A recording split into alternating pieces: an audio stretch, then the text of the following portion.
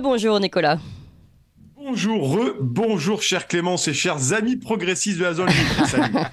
Et aujourd'hui, vous nous parlez de ce gouvernement d'Elisabeth Borne qui a utilisé encore une fois le 49.3 pour faire passer le projet de loi de finances ainsi que le projet de budget de la sécurité sociale. Et l'opposition semble un petit peu trop dispersée pour renverser le gouvernement, hein. Eh oui Clémence, Mamie Vapote, c'est un peu la Lucky Luke du 49.3.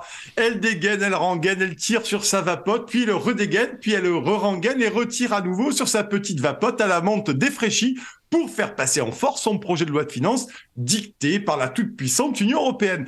En même temps, Babette Milborn a, face à elle, chers amis, la confrérie des Dalton qui se sont alliés par opportunisme à une palanquée de pieds nickelés en sandales. Alors tout ce beau monde s'est généreusement insulté pendant plusieurs jours, mais sous la pression populaire des électeurs de lointaines circonscriptions, le RN a daigné finalement voter la motion de censure de la NUPES.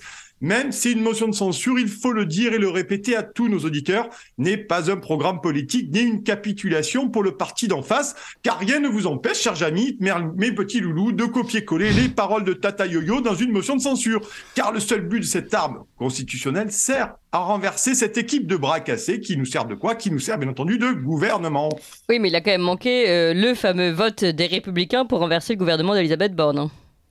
Effectivement, car depuis la grosse claque reçue par Manu Premier aux dernières législatives, il fallait bien qu'on trouve une nouvelle colonie parlementaire de Playmobil. Et entre nous, c'est comme la trahison en politique. Et ben franchement, c'est pas très difficile à trouver. Alors les petits républicains, avec le courage de la fuite qui les caractérise, n'ont pas voté la motion de censure des battleurs de la NUPES et des saltimbanques du RN. Et pour se dédouaner, la ligne officielle des républicains, inspirée du manuel officiel de la couardise KKQQ, a été d'affirmer qui ne souhaitait pas d'un chaos institutionnel. Alors si on lit entre les lignes, les républicains et leurs convictions en texture de tuyaux d'arrosage veulent surtout éviter la grosse mornifle de nouvelles élections législatives qui enverraient beaucoup d'entre eux, beaucoup, pointer au Pôle emploi et se prendre à la tronche par la même occasion la réforme bien sournoise de l'assurance chômage que leur propre parti a considérablement durci, bien au-delà des espoirs les plus brutaux de la Macronie en goguette. Et ça les enchante pas des masses, les Playmobil de chez LR. Et puis, en réalité, ils n'arrivent pas à se trouver des points de désaccord avec Emmanuel Macron, ni sur le plan économique, ni sur le plan social, car les Républicains sont une amicale de mondialistes européistes qui ne l'assument pas. Et puis, finalement, perdre son mandat de député, c'est perdre quoi? C'est perdre 7 493 € bruts mensuels, c'est s'asseoir sur ses frais de mandat et de secrétariat, c'est aussi la fin, les loulous, des voyages en première classe TGV et un avion aux frais du contribuable français.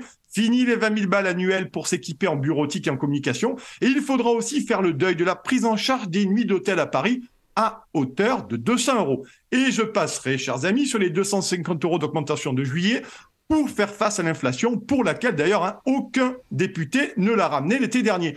Donc vous comprendrez que les républicains de pacotille ne vont pas renverser la table de chez Mémé, mais pensent avec une certaine concupiscence au destin de Bruno le Rigolo, le bien nommé Bruno Le Maire, ou celui de Gérald Darmanin, qui ont intégré la cour du roi Manu. Et on ne sait jamais, mieux vaut ne pas cracher sur l'avenir. Ouais, enfin, on a quand même l'impression que la représentation populaire a de plus en plus de mal à se faire entendre, Nicolas. Et oui, et là se situe la question de fond emmêlée dans le nœud du problème démocratique. Existe-t-il aujourd'hui des débouchés démocratiques pour que le peuple français puisse contester, échanger à la force du poignet la trajectoire d'un pouvoir quasi monarchique inféodé aux desiderata d'une oligarchie de puissants intérêts privés protégés par l'omnipotente Commission européenne, elle-même dirigée, les copains, par l'impératrice au texto supprimé, la très désagréable Ursula von der Leyen. D'ailleurs, rien que de dire son nom, franchement, ça me file des aftes.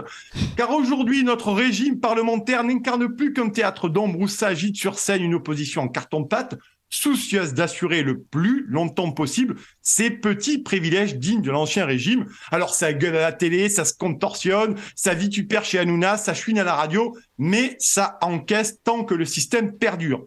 Gilets jaunes, abstention massive, manifestations en tout genre, grève, blocage, sont les symptômes d'un peuple qui a été méprisé, effacé, alors qu'il est lui-même l'unique victime expiatoire des politiques brutales et irresponsables.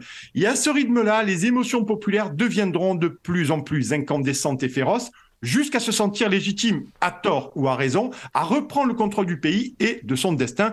Mais encore faudrait-il ne pas être inculte et aussi décérébré pour en prendre conscience le plus tôt possible au plus haut niveau de l'État et s'empresser de redonner aux Français, ma chère Clémence, leur dignité et leur souveraineté totale et entière. Ce serait pas mal. Merci beaucoup, Nicolas Vidal de Pitch Média. À bientôt.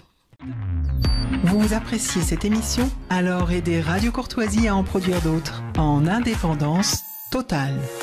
Rendez-vous sur soutenir.radiocourtoisie.fr. Merci d'avance.